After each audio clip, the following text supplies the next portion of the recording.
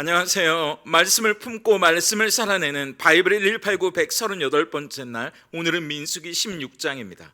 우리네 삶이 다 그렇겠지만 광야는 참 말 그대로 광야인 것 같아요. 롤러코스터를 타는 것처럼 매일매일 오르락내리락 참 많은 일들이 일어납니다.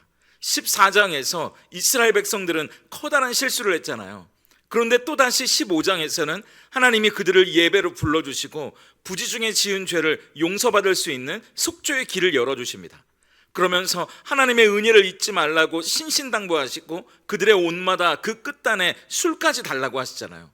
그런데 또 오늘 16장에선 이스라엘 역사에 끔찍한 반역의 사건이 또 일어납니다.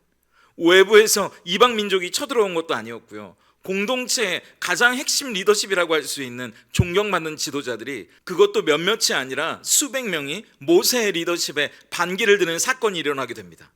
그렇게 16장은 크게 세 단락으로 나눠볼 수 있는데요, 먼저 1절부터 19절까지는 그릇된 욕망과 추악한 반역에 대한 이야기입니다.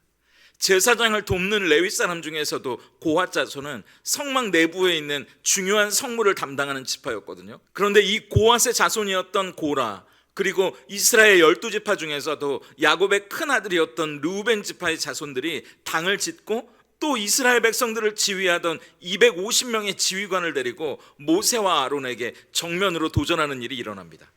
그러면서 그들은 14장에서 미리암과 아론이 모세를 대항해서 했던 말과 비슷한 이야기로 모세를 공격합니다. 우리나 너나 다 똑같은데 왜 네가 스스로 대단한 사람처럼 구느냐는 말이었어요. 이건 어떻게 보면 틀린 말은 아니죠. 그렇지만 그들의 속마음은 정작 달랐습니다. 10절에 그들을 향해 모세가 하는 말을 들어보면 그들의 마음이 어땠는지 알 수 있어요. 제사장을 돕고 섬기기 위해 세우신 레위 자손이었는데 왜 모든 일들은 사실 다 우리가 하는데 아론의 가문만 제사장이고 우리는 계속 돕는 역할만 해야 하는지 그들 안에 시기심이 생기고 권력에 대한 욕망이 생겼다는 겁니다.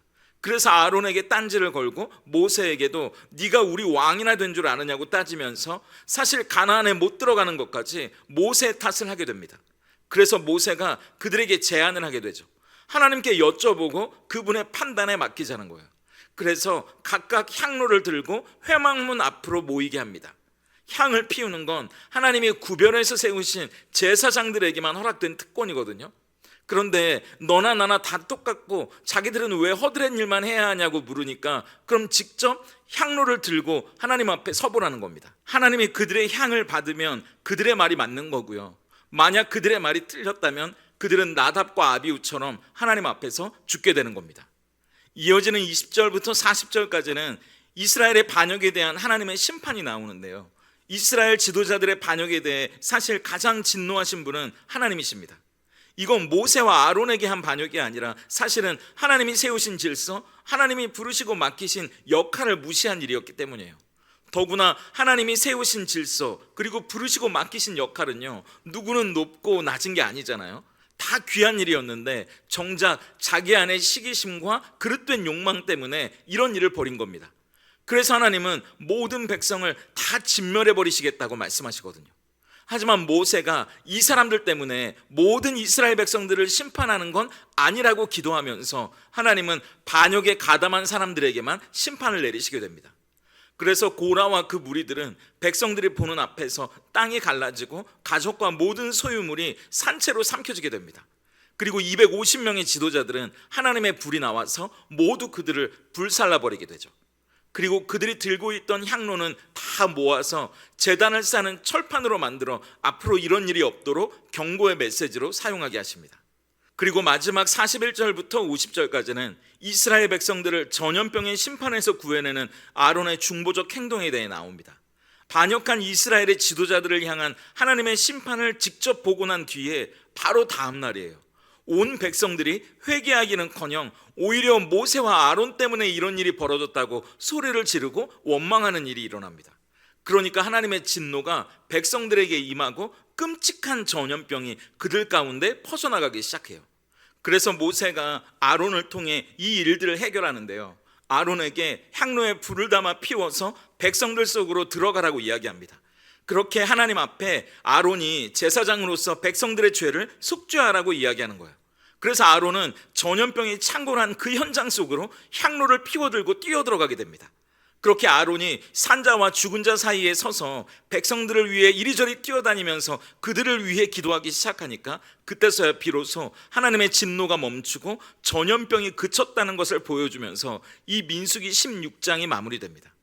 저는 민수기 16장을 보면서 우리 안에 뿌리 깊은 시기심 그리고 욕망이 참 끈질기다는 생각을 하게 돼요. 하나님은 이 세상을 창조하시고 하루하루를 마무리하시면서 항상 보시기에 좋았더라는 말씀을 하셨잖아요. 그건 하나님이 뜻하신 자리에 하나님이 맡기신 역할과 모습으로 모든 피조물들이 질서를 이루고 있었기 때문입니다.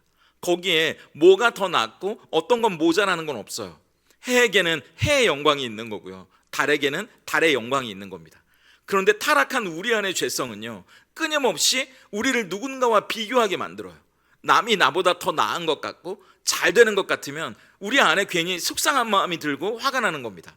그래서 있지도 않은 공연한 허물을 저 사람에게 뒤집어 씌우기도 하고요, 오해와 추측으로 한 사람을 마녀 사냥하듯 진흙탕에 빠뜨리고 내가 무슨 의로운 일을 한 것 마냥 스스로 우쭐해하기도 하는 거죠. 그래도 그렇지 어떻게 그런 일을 할 수 있냐고 남의 이야기처럼 쯧쯧 혀를 찰 일이 아니고요, 그게 저와 여러분 우리 모두의 슬픈 자화상입니다. 그래서 우리 안에 그 죄성이 시기심과 욕망이 때론 미리암과 아론처럼 올라오기도 하고, 때론 고라와 250명의 지도자처럼 올라오기도 하고, 때론 이스라엘 백성들처럼 올라오기도 하는 겁니다. 그런데 그 끝은 결코 아름답지 못하고, 아니 아름답지 못한 정도가 아니라 파멸과 죽음뿐이라고 성경은 우리에게 이야기합니다. 민수기 16장이 그걸 우리에게 보여주죠. 여전히 정신을 차리지 못하고 또 모세와 아론을 향해 원망을 쏟아내고 달려드는 백성들에게 하나님은 전염병을 내리셔서 그들이 고통을 당하게 하십니다. 아마 고통 가운데 살려달라고 수많은 사람들이 소리를 지르는 상황이 벌어졌겠죠. 그런데 그 현장 사이를 겁도 없이 뛰어다니는 사람이 있었습니다. 바로 모세의 형이자 이스라엘의 대제사장이었던 아론이에요. 47절과 48절을 보세요. 아론이 모세의 명령을 따라 향로를 가지고 회중에게로 달려간즉 백성 중에 연병이 시작되었는지라. 이에 백성을 위하여 속죄하고 죽은 자와 산 자 사이에 섰을 때에 연병이 그치니라. 한번 이 장면을 상상해 보세요. 하나님이 전염병을 보내서 백성들을 치고 쓰러뜨리고 계시는 겁니다. 여러분 코로나 사태를 겪어보셨잖아요. 우리가 마스크도 못 벗고 사람들이 모여서 밥도 못 먹었죠. 심지어 예배까지 마음대로 드리지 못했던 이유가 뭡니까? 코로나가 옮을까 봐 그런 거잖아요. 그런데 아론은 겁도 없이 그 죽음의 한복판, 전염병이 옮겨지는 그 한복판으로 향로를 들고 달려들어갔다는 거예요. 그리고 아론이 산자와 죽은 자 사이에 섰을 때 하나님의 심판이 멈추고 전염병이 그쳤다고 이야기합니다. 이 장면을 보면서 우리는 산자와 죽은 자 사이에 서 계신 예수님을 바라보아야 산다는 걸 깨닫게 돼요. 아론이 전염병에 걸려있는 사람들 사이로 그 비명과 공포가 진동하는 죽음의 현장을 뛰어다니고 있는 장면을 다시 한번 상상해 보세요.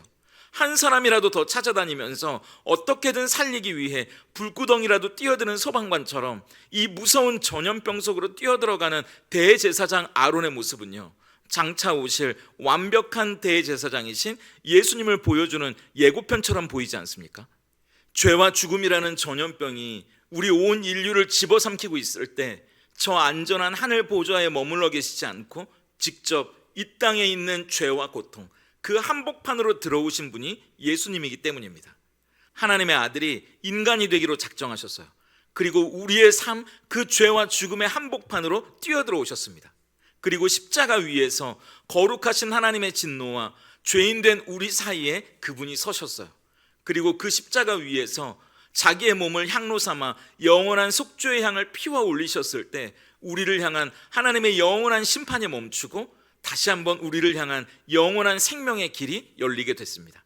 그렇기 때문에 우리는 또 그리스도인 된 우리도 예수님을 따라 산자와 죽은 자 사이에 서야 한다는 걸 깨닫게 됩니다.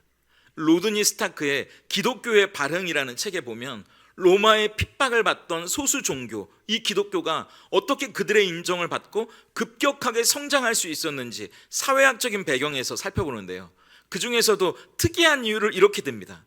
2세기와 3세기에 로마 제국을 덮친 대규모의 전염병의 시기가 있었다는 거예요. 지금도 전염병은 무서운데 2000년 전에는 오죽했겠어요. 책에 따르면 이 전염병이 온 나라를 뒤덮었던 15년 동안 로마 제국의 인구의 4분의 1, 많게 잡으면 3분의 1이 죽었다고 하니까요. 하루에만 5천 명이 죽었다는 기록도 나옵니다. 그러니까 의사가 환자를 버리고 도망치고 또 사람들이 감염을 피해서 환자들을 가까이 하지 않았어요.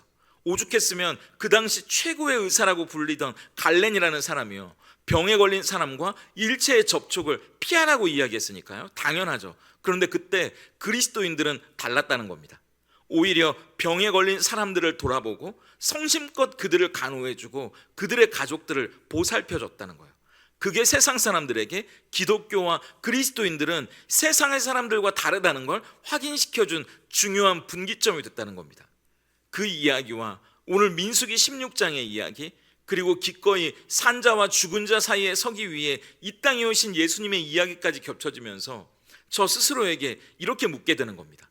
산자와 죽은 자 사이에 서신 예수님 때문에 내가 산자가 됐는데, 그렇다면 나는 오늘 저 세상에 산자와 죽은 자 사이에 어떤 모습으로 서 있나 싶은 거예요.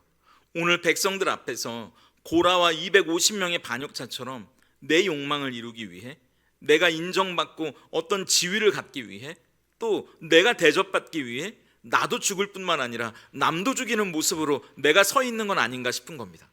아니면 제사장 아론처럼 하나님과 백성들 사이에 서서, 산자와 죽은 자 사이에 서서 그들을 한 명이라도 더 살리기 위해 기꺼이 그 삶으로 들어가고 있는지, 이리저리 뛰어다니며 열심히 노력하고 있는지 저 스스로에게 먼저 묻게 되는 겁니다. 그러면서 고린도 후서 2장 15절과 16절이 생각나는 거예요.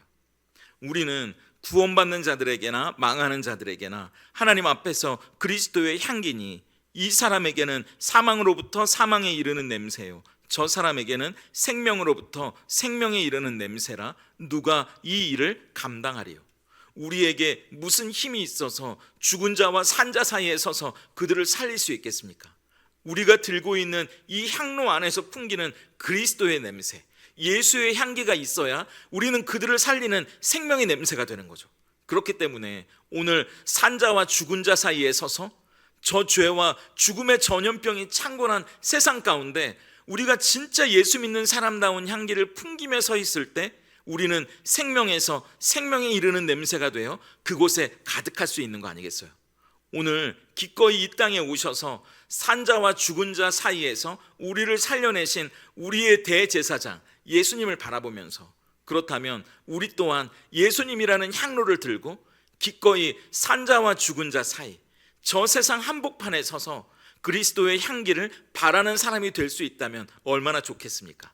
그래서 내 욕망을 만족시키고 내가 더 대접받고 싶어하는 욕심을 이루기 위해 사망에서 사망에 이르는 냄새를 풍기는 저 고라와 250명의 반역한 지도자들이 아니고요, 생명에서 생명에 이르는 냄새를 풍기고 세상에 소망을 보여주는 그리스도의 향기를 바라는 왕같은 제사장으로 살아가는 저와 여러분이 될 수 있기를 응원하고 기도합니다.